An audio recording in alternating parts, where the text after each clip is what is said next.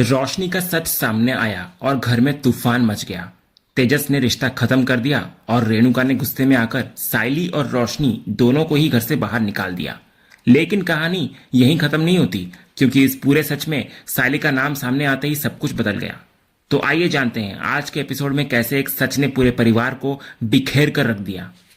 तो सीन की शुरुआत में रोशनी तेजस के पैरों में गिरकर गिड़गिड़ाने लगती है। वो स्वीकार करती है कि उसने झूठ बोला, लेकिन वो दावा करती है कि उसका मकसद किसी को धोखा देना नहीं था। रोशनी कहती है कि वो बस अपने और अपने बेटे क्रिश के लिए एक अच्छी जिंदगी चाहती थी। वो तेजस से सवाल करती है कि अगर वो पहले ही सच बता देती तो क्या काकू उसे स्वीकार करती, या क्या तेजस उससे शादी करता। वो कहती है कि उसके जीवन का अतीत इतना बिखरा हुआ था कि उसमें एक नई शुरुआत की जगह ही नहीं थी। वो कहती है कि उसने कई बार सच बताने की कोशिश की, यहां तक कि शादी के दिन फोन भी किया, लेकिन वो कह नहीं पाई कुछ कारणों की वजह से, क्योंकि उसे तेजस को खोने का डर था। इधर रोशनी की बातों पर सचिन अपनी प्रतिक्रिया देता हुआ नजर आता है। वो कहता है कि उसे रोशनी के साथ हुए अतीत के दुखों पर सहानुभूति हो सकती है, लेकिन जो उसने तेजस के साथ किया उसके लिए उसके मन में कोई जगह नहीं है। सचिन बहुत गहरी बात भी कहता है कि जब किसी की खुद की जिंदगी अंधेरे में हो तो उसे यह हक नहीं है कि वो दूसरों को भी उस अंधेरे में खींच ले और उनकी जिंदगी बर्बाद करे। इसके बाद सचिन साफ करता हुआ नजर आता है कि रोशनी के आंसू उसके किए हुए गलत कामों को ढक नहीं सकते। तो इस पर रोशनी टूटकर अपनी जिंदगी का वो पन्ना खोलती है जिसके बारे में कोई नहीं जानता था।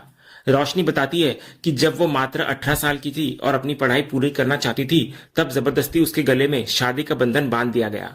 उसने सतीश के साथ अपनी शादीशुदा जिंदगी को एक नर्क जैसा बताया। रोशनी ने साझा किया कि उसका पति रोज उस पर शारीरिक हमला करता था और उसके साथ अमानवीय व्यवहार करता था। उसकी जिंदगी एक नर्क के समान थी।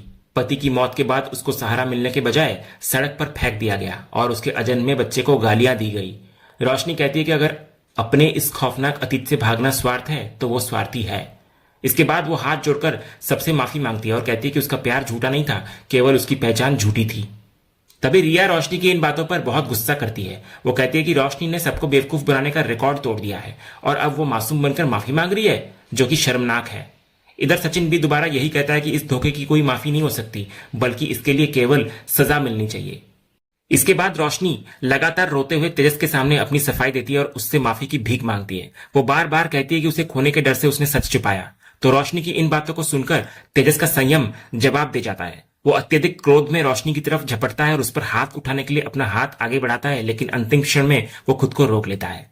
तो रोशनी, जो गहरे पश्चाताप और डर में होती है, तेजस को रुकने के लिए नहीं कहती। इसके विपरीत वो तेजस का हाथ पकड़कर खुद अपने गाल पर मारने की कोशिश करने लग जाती है। वो चिल्लाकर कहती है कि तेजस उसको मारे और उसे भी उतना ही दर्द महसूस करने दे जितना दर्द उसने उसको दिया है। वो स्वीकार करती है कि उसने न केवल तेजस से बल्कि पूरे परिवार के भरोसे के साथ खिलवाड़ किया है।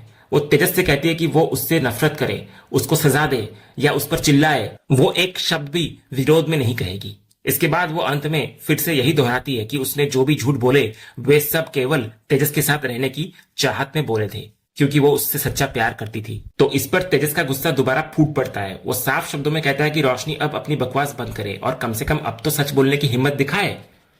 फिर तेजस उसको आईना दिखाते हुए कहता है कि यह सब उसने तेजस के लिए नहीं, बल्कि खुद को बचाने, अपने झूठ को छिपाने और अपनी मनगढ़ंत कहानी को सच साबित करने के लिए किया था।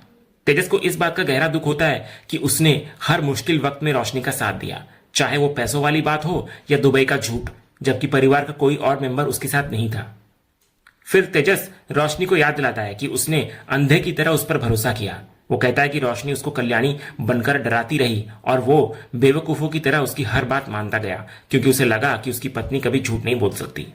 फिर तेजस बड़े दर्द के साथ कहता है कि रोशनी की जिंदगी में कुछ भी असली नहीं है। उसका नाम, उसके पापा, उसके चाचा, उसका काम और यहां तक कि उसका अतीत भी पूरी तरह नकली है।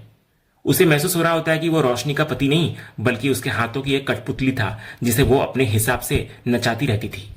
इसके बाद तेजस अपनी कमजोरी और असुरक्षाओं को उजागर करते हुए कहता है कि वो बहुत पढ़ा लिखा है, लेकिन उसने कभी पैसा या बड़ी सफलता हासिल नहीं की। वो कहता है कि जब वो रोशनी से मिला था तो उसे लगा कि उसकी जिंदगी पूरी हो गई है और उसे कोई ऐसा मिल गया है जो उसे अहमियत देता है। लेकिन अब उसको एहसास हो रहा है कि वो केवल रोशनी द्वारा लिखी गई एक झूठी कहानी का हिस्सा था, जहां वो कोई हीरो नहीं बल्कि एक बेवकूफ किरदार बनकर रह गया। तो इस पर रोशनी दोबारा फूट फूट कर रोने लग जाती है और तेजस से मिन्नतें करती है कि वो इतना बुरा ना सोचे उसके बारे में। वो कहती है कि वो परिस्थितियों में फंस गई थी और उसको डर था कि सच बताने पर वो उसको खो देगी। वो स्वीकार करती है कि उसने तेजस का यकीन तोड़कर बहुत बड़ी गलती की है। इसके बाद रोशनी हाथ जोड़कर एक आखिरी मौके की भीख मांगती है और कहती है कि वो तेजस के बिना टूट जाएगी और अकेली हो जाएगी। वो तेजस की चुप्पी से डर रही होती है और चाहती है कि वो उस पर चिल्लाए लेकिन खामोश न रहे। तो तेजस रोशनी की किसी भी दलील को मानने को तैयार नहीं होता। वो सवाल करता है कि वो उसे किस बात के लिए मौका दे, उस रिश्ते के लिए जिसकी नींव ही झूठ पर रखी गई थी। तेजस कहता है कि उसकी सबसे बड़ी गलती यह थी कि उसने रोशनी के झूठ को प्यार समझ लिया। वो सबके सामने आगे कड़ा फैसला सुनाते हुए कहता है कि आज से तुम्हारा और मेरा रिश्ता खत्म रोशनी। ये सुनकर रोशनी के पैरों तले जमीन खिसक जाती है। इसके बाद तेजस साफ कहता हुआ नजर आता है कि अब उसका प्यार और भरोसे से विश्वास उठ गया है और वो रोशनी को कभी दोबारा नहीं अपनाएगा।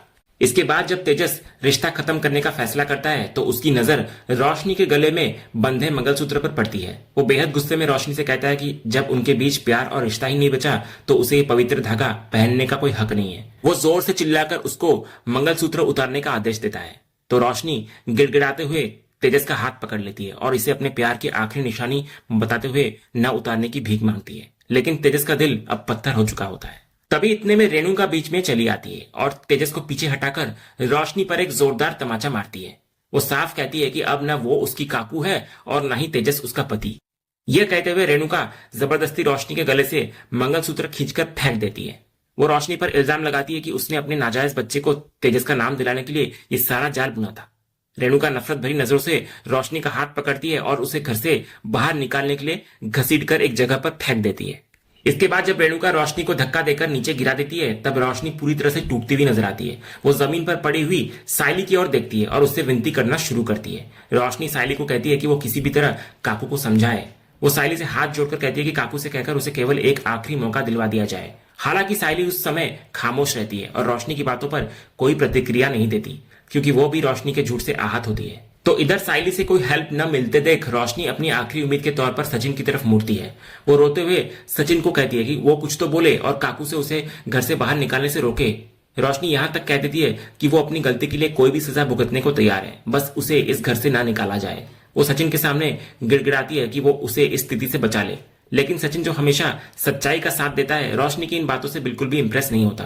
वो बहुत ही कड़े शब्दों में रोशनी को जवाब देता है। सचिन कहता है कि रोशनी ने जो भी कुछ किया है वो पूरी तरह गलत है और इस बात पर अब कोई बहस नहीं हो सकती। वो रोशनी को साफ शब्दों में कहता है कि वो उससे किसी भी तरह की माफी की उम्मीद न रखे। सचिन स्पष्ट कर देता है कि उसे इस पूरे मामले के बीच में नहीं पड़ना है और वो रोशनी की कोई हेल्प नहीं करेगा। इसके बाद जब रोशनी को लगता है कि अब कोई उसका साथ नहीं देगा तो वो अपना आखिरी कार्ड खेलती है। वो कहती है कि अगर झूठ से सबको इतनी ही नफरत है तो सजा सिर्फ उसे ही क्यों मिल रही है। वो सबके सामने खुलासा करती है कि सायली को भी ये सारा सच पहले से पता था। ये सुनते ही पूरे घर में सन्नाटा छा जाता है और पूरा परिवार सायली की तरफ देखने लगता है। इधर रेणुका का गुस्सा अब सायली पर फूट पड़ता है। वो सायली के पास जाकर पूछती है कि वो किस बात का इंतजार कर रही थी सच बताने में। रेणुका को लगता है कि सायली उनके बेवकूफ बनने का तमाशा देख रही थी।